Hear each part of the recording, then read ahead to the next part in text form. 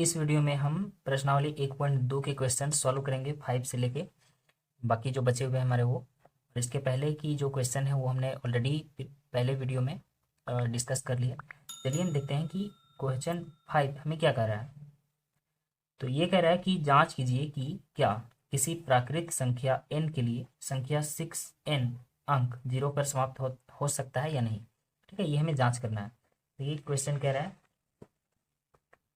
कि क्या कोई ऐसी प्राकृत संख्या है, ठीक है, एन के लिए, यहाँ पर जो एन है उसके लिए कोई ऐसी प्राकृत संख्या है जिससे कि 6n अंक 0 पर समाप्त होगा। मान लीजिए ये हमारा 6n है, ठीक है, 6n। तो n के लिए कोई ऐसी प्राकृत संख्या जैसे मान लीजिए 1 2 5 9 11, मतलब ऐसे ही बढ़ते जाएगा। कोई भी ऐसी संख्या है जिसके लिए 6n जो अंक है वो 0 पर समाप्त हो, मतलब कोई ऐसी संख्या पर समाप्त होगा जिसके लास्ट में 0 हो। ठीक है, जैसे मान लीजिए 400, ठीक है, 1000, ठीक है, इसी प्रकार मान लीजिए 460, 840, मतलब कोई भी ऐसी संख्या जिसके अंत में 0 आना चाहिए। तो वैसी कोई संख्या है n के बदले में, वैसी कोई प्राकृतिक संख्या, ये हमें जांच करना है। तो सबसे पहले फ्रेंड्स ये हमें समझना है कि कोई भी संख्या अगर 0 पर समाप्त होती है तो उसमें वैसी क्या खास बात होती है। ऐसे हम एक बार करके देख लेते हैं। मान लीजिए मैंने 40 का किया, ठीक है, इसका हम गुणनखंड करते हैं तो हमारा आएगा 2 से देंगे तो इसे 20 आएगा, और 20 को 2 से भाग देंगे तो 10 आएगा, 10 को 2 से भाग देंगे तो हमारा कितना आएगा 5। तो आप देख सकते हैं कि इसके ये जो हमारा 40 है, ठीक है, इसके लास्ट में 0 है, और इसका जब हमने गुणनखंड किया तो इसके गुणनखंडन में 2 और 5 के अलावा कोई भी अभाज्य संख्या, मतलब कोई भी ऐसी संख्या नहीं है, कोई अदर संख्या नहीं है, कोई भी अभाज्य संख्या नहीं है। जैसे मान लीजिए 3 7 11, ऐसी कोई भी संख्या नहीं है। इसी प्रकार हम किसी का भी निकालें जिसके लास्ट में 0 हो तो ऐसा ही रिजल्ट हमें मिलेगा। तो इसी प्रकार 6n अंक 0 पर समाप्त होगा या नहीं, इसके लिए हम 6 का गुणनखंड करेंगे। अगर 6 में भी इस प्रकार का रिजल्ट आता है तो इसका आंसर होगा हाँ, और अगर नहीं आता है तो इसका आंसर होगा नहीं। तो हम करके देखते हैं। 6 बराबर हो जाएगा हमारा 2 × 3। तो यहाँ पर आप देख सकते हैं फ्रेंड्स 2 तो है लेकिन 5 इसमें मिसिंग है। जबकि कोई भी अंक 0 पर समाप्त होगा इसके लिए ज़रूरी है कि उसमें 5 हो और 2 भी हो, दोनों होना बहुत ज़रूरी है। और उसके अलावा यहाँ पे देखिए तीसरा अंक है 3, इसके गुणनखंड में तीसरा अंक है 3 जो नहीं होना चाहिए। 3 है यानी इन दोनों के अलावा कोई संख्या है, इसका मतलब यहाँ पर हम कोई भी संख्या ले लें n के जगह में, यह 0 पर समाप्त नहीं होने वाला है। यहाँ तक आप समझ रहे हैं ना। 6 यहाँ n के जगह हम कोई भी प्राकृतिक संख्या हम ले लें, यह 0 पर समाप्त नहीं होने वाला है। तो यहाँ तक आप क्लियर, यहाँ तक तो क्लियर हो चुका है कि ये 6n अंक 0 पर समाप्त नहीं हो सकता है। अब लास्ट में कंक्लूजन लिखते हैं। तो यहाँ पे लिखना है चूंकि 6 के अभाज्य गुणनखंड में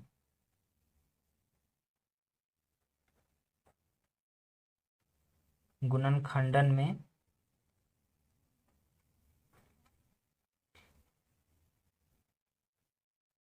2 तो है लेकिन 5 नहीं है, ठीक है, इसलिए यहाँ लिखना है 5 नहीं है।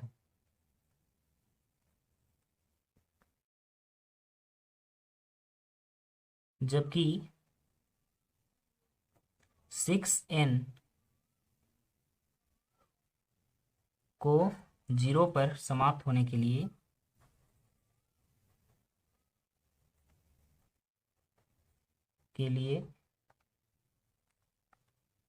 इसके गुणनखंड, इसके अभाज्य गुणनखंडन में 2 और 5 होने आवश्यक है।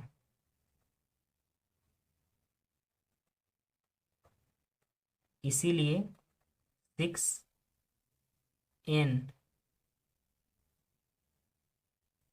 मतलब आपको यहाँ से लिख देना है कि प्राकृत संख्या n के लिए संख्या 6n अंक 0 पर समाप्त नहीं हो सकता है। ठीक है, यहाँ यहाँ से आपको लिख देना है, मैं अंडरलाइन कर देता हूँ, आप लिख लेना प्राकृत संख्या n के लिए। ठीक है, यहाँ से आप लिखना किसी भी प्राकृत संख्या n के लिए संख्या 6n अंक 0 पर समाप्त नहीं हो सकता है। ठीक है, ये आपका कंक्लूजन है। तो चलिए हम बढ़ते हैं नेक्स्ट क्वेश्चन की ओर। देखिए फ्रेंड्स, क्वेश्चन नंबर 6 क्या कह रहा है कि ये दोनों संख्याएं जो दी हुई है हमारी, ठीक है, ये 7 × 13 प्लस 13, सॉरी यहाँ 11 है, और 7 × 6 × 5 × 4 × 3 × 1 प्लस 5, ये भाज्य संख्याएं क्यों हैं, ये हमें बताना है। तो देखिए, भाज्य संख्या कैसी संख्या होती है? वैसी संख्या जिसके एक और यह संख्या स्वयं और इसके अलावा भी कोई गुणनखंड हो। ठीक है, जैसे मान लीजिए यहाँ पे मैं रब कर रहा हूँ, कोई संख्या है, मान लीजिए मैं 10 लेता हूँ। ठीक है, तो इसका गुणनखंड करेंगे तो 1 और यह संख्या स्वयं 10। ठीक है, इन दोनों के अलावा इसके गुणनखंड में कोई और संख्या होनी चाहिए। जैसे मान लीजिए मैं इसको 2 से दे सकता हूँ, तो 1 और 10 के अलावा तो 2 हमारा मिल गया, तो ये हो जाएगा 5। तो 10 का अगर हम गुणनखंड करें तो हमारा आएगा 1 × 2 × 5 × 10। तो 10 और 1 के अलावा भी इसमें 2 और गुणनखंड मिले हैं, इसीलिए यह भाज्य संख्या है। और अभाज्य संख्या देखिए कौन होता है? अभाज्य संख्या मान लीजिए मैं यहाँ पे एग्जाम्पल लेता हूँ मैं 7 का, तो 7 का 2 ही गुणनखंड है, एक 1 है और दूसरा 7। ठीक है, इसी प्रकार 3 का 1 × 3 और 23 का इसका भी होगा 1 × 23, सिर्फ 2 ही हैं, तो ये अभाज्य संख्या है। अगर इन दोनों के अलावा भी इसमें कोई और गुणनखंड होता तो ये अभाज्य नहीं बल्कि भाज्य संख्या होता। यहाँ तक क्लियर है ना? उसके बाद हम देखते हैं कि ये भाज्य संख्या क्यों है। तो इसके लिए हम इन दोनों को 2 कैटेगरी में डिवाइड करते हैं, 2 पार्ट्स में। एक हम यहाँ से यहाँ तक लेते हैं, ठीक है, यहाँ से यहाँ तक, और दूसरा ये। तो इन दोनों में 13 कॉमन है, उसे हम बाहर निकाल लेते हैं। जैसे देखिए फ्रेंड्स, इस क्वेश्चन को मैं यहाँ पे पहले उतार लेता हूँ। यहाँ 11 है × 13 + 13, तो इसको मैं 2 पार्ट में डिवाइड करता हूँ, एक यहाँ से यहाँ तक और यहाँ तक। तो इन दोनों में से मैं 13 को कॉमन जो है वो निकाल लेता हूँ, तो यहाँ बचा 7 × 11, और 13 तो हमने ऑलरेडी निकाल दिया, प्लस यहाँ पर भी हमने 13 ऑलरेडी निकाल दिया, तो यहाँ पर बचा 1। ठीक है, अब यहाँ पर देखिए, यहाँ 13 है और 7 को 11 से हम गुना करेंगे तो हमारा आएगा 77 + 1, तो यहाँ पे आएगा 13 × 77 और 1 78। तो अब देखिए यहाँ पर हमारा क्या है, यहाँ 13 है, इसको तो हम और डिवाइड नहीं कर सकते, लेकिन 78 को हम कर सकते हैं। मतलब 78 जो है वो भाज्य संख्या है, इसको हम 2 से दे सकते हैं। ठीक है, इससे भी नहीं जाएगा तो 3 से, इससे भी नहीं जाएगा तो और भी आगे संख्या है अभाज्य, उससे हम देंगे। मतलब ये कंप्लीटली एक भाज्य संख्या है। तो यहाँ पे ये दोनों संख्याएं भाज्य है, सॉरी मतलब ये भाज्य संख्या है। क्यों? क्योंकि इसका जो मेन संख्या है, इन दोनों का प्रोडक्ट और एक, इसके अलावा यहाँ पर 2 और गुणनखंड है। ठीक है, इसलिए ये संख्या भाज्य संख्या है। अब नेक्स्ट क्वेश्चन हम देखते हैं। तो नेक्स्ट क्वेश्चन में क्या कह रहा है? नेक्स्ट क्वेश्चन पहले हम उतार लेते हैं। 7 × 6 × 5 × 4 × 3 × 2 × 1 + 5। ठीक है, तो इसको भी मैं 2 पार्ट में डिवाइड करता हूँ, एक ये और एक ये। इन दोनों में 5 कॉमन है, इसलिए 5 में निकाल लेता हूँ। तो यहाँ बचा 7 × 6 × 4 × 3 × 2 × 1 + 5 हमने ऑलरेडी निकाल लिया, तो यहाँ पर भी 1 बचा। अब 5 जो है ये बाहर है हमारा, और इसको मैं गुना करता हूँ, 7 छक 42, ठीक है।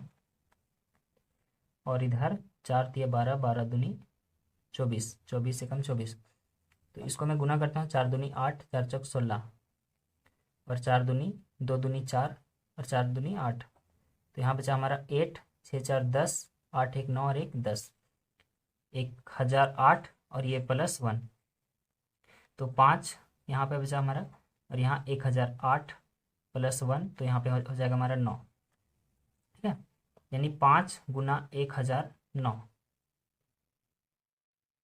अब देखिए इसे भी हम बांट सकते हैं, 1009 को भी अगर हम डिवाइड करना चाहें तो 3 से या 11 से या 13 से, किसी से तो जाएगा, इसीलिए अभाज्य संख्या नहीं है, भाज्य संख्या है, ठीक है।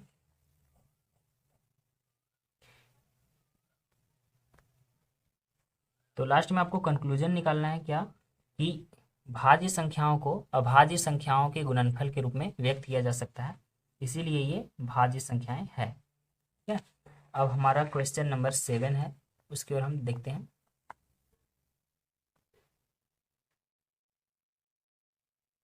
देखिए क्वेश्चन कह रहा है कि कोई खेल का मैदान है और उसके चारों ओर एक वृत्ताकार पथ है। जैसे मान लीजिए इस प्रकार का है, पार्क है और इसके चारों ओर एक वृत्ताकार पथ है, ठीक है। इस मैदान का चक्कर लगाने में सोनिया को 18 मिनट लगते हैं, जबकि इसी मैदान का चक्कर लगाने में रवि को 12 मिनट लगते हैं। मान लीजिए वे दोनों एक ही स्थान से और एक ही समय पर चलना प्रारंभ करते हैं और एक ही दिशा में चलते हैं, तो फिर वे कितने समय बाद एक ही स्थान पर मिलेंगे, वही स्थान पर, मतलब एक ही स्थान पे, कोई भी पॉइंट हो सकता है वो। इसको क्वेश्चन समझते हैं। देखिए क्वेश्चन कह रहा है कि कोई एक, जैसे ये स्टार्टिंग पॉइंट है, ठीक है, सोनिया यहाँ से चलती है, एक राउंड पूरा करती है तो उसे 18 मिनट लगते हैं, ठीक है। जबकि रवि रवि अगर इसी का एक चक्कर पूरा करता है तो उसे 12 मिनट लगता है, ठीक है, रवि को। तो इसमें फाइंड करना है कि कितने समय बाद ये दोनों फिर एक पॉइंट पे मिलेंगे। जैसे अभी स्टार्ट तो दोनों एक साथ ही कर रहे हैं, तो फिर वे किस पॉइंट पे, मतलब कितने मिनट बाद वे फिर से एक साथ मिलेंगे।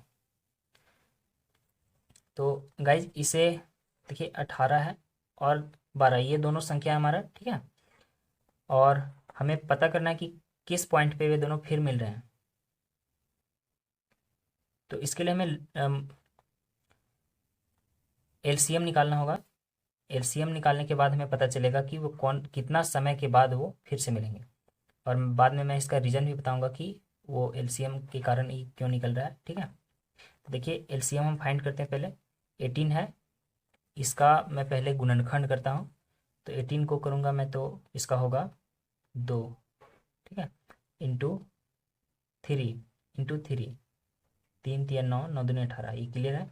उसके बाद 12 का मैं करूँगा तो इसका होगा 2 इंटू 2 इंटू 3, 3 दूनी 6, 6 दूनी 12, ठीक है। अब इसको मैं इस प्रकार लिख सकता हूँ, 2 इंटू 2 3 स्क्वायर, और इसको 2 स्क्वायर इंटू 3। अब इसका एलसीएम क्या होगा। अब एलसीएम देखिए ऐसा होता है कि इसमें जो भी संख्या होती है जिसकी पावर सबसे ज़्यादा होती है, ठीक है, जो कॉमन होती है, जो भी संख्या दोनों में कॉमन है और उसकी संख्या, उसका पावर सबसे ज़्यादा है, तो उसी संख्या को हम पिक करते हैं, उसी संख्या को चुनते हैं। जैसे मान लीजिए ये 2 इन दोनों में कॉमन है, तो देखना है कि 2 जो कॉमन है किस में सबसे ज़्यादा पावर है, इसमें पावर 1 है, इसमें पावर 2 है, ठीक है, तो मैं इसे लिखूँगा। और 3 इन दोनों में कॉमन है, तो ज़्यादा पावर वाला कौन है, तो ये है 3 स्क्वायर, तो मैं इसे लिखूँगा। और अदर कोई संख्या नहीं है तो मैं ये आगे हमें लेना नहीं है, बस इन्हीं दोनों को लेना है। तो देखिए 2 इंटू 2 इंटू 3 इंटू 3 हमारा होगा 3 3 9, 9 दूनी 18, 18 दूनी 36, ठीक है। तो 36 मिनट बाद वे फिर से मिलेंगे, 36 मिनट बाद वे दोनों एक ही पॉइंट पे फिर मिलेंगे। देखिए मैं बताता हूँ आपको कि 36 मिनट बाद क्यों मिलेंगे। जैसे देखिए अगर आप 18 का टेबल पढ़ते हो, ठीक है, 18 का, तो 18 गुण इंटू 2 करूँगा मैं तो इसका आएगा 36, ठीक है। 18 दूनी 36, और 12 का पहाड़ा भी मैं पढ़ूंगा तो 12 तिया 36 आएगा। मतलब इन दोनों के टेबल में 36 जो है वो एग्जिस्ट है। तो यही रीज़न है कि इन दोनों का एलसीएम निकालने के बाद हमारा जो आंसर है 36 मिल रहा है। मतलब इन दोनों का एलसीएम निकाला मैंने तो हमारा आंसर मिल गया 36, यानी 36 मिनट बाद वे फिर से मिलेंगे। अगर आप चैनल पर नए हैं तो प्लीज़ चैनल को सब्सक्राइब कीजिए, ठीक है। अब मिलते हैं अगले वीडियो में। Thank you.